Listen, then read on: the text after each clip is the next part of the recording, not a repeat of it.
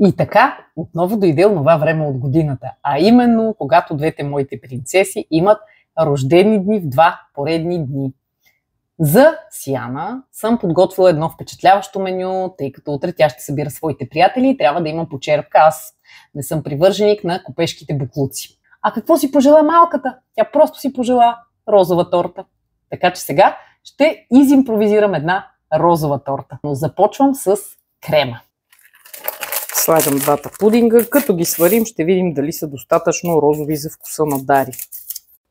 И ето го нашия розов крем. Той вече е готов. Сега го оставям да изстине и правим блата. Почваме с разбиването на 4 яйца с 200 грама захар, 200 мл олио и 200 мл. Пише каквато и ще да е течност, мляко избирам.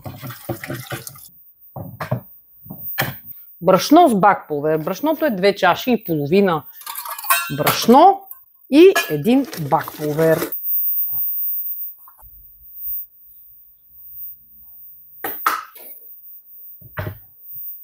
И ето я прекрасната смес. Ето го нашия блат, слагам го да се пече и проверявам от време на време. Сега да разбием една сметанка. Ето, вече е перфектна. Защо слагам тази сметана? За да е малко по-така въздушничко, да не е толкова с доктор Йодкересто.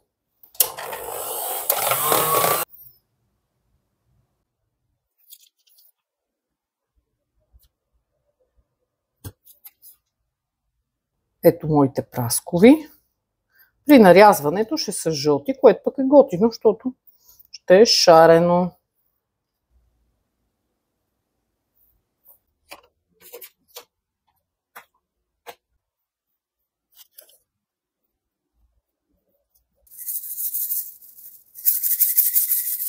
Готови сме с розовата торта на Дари.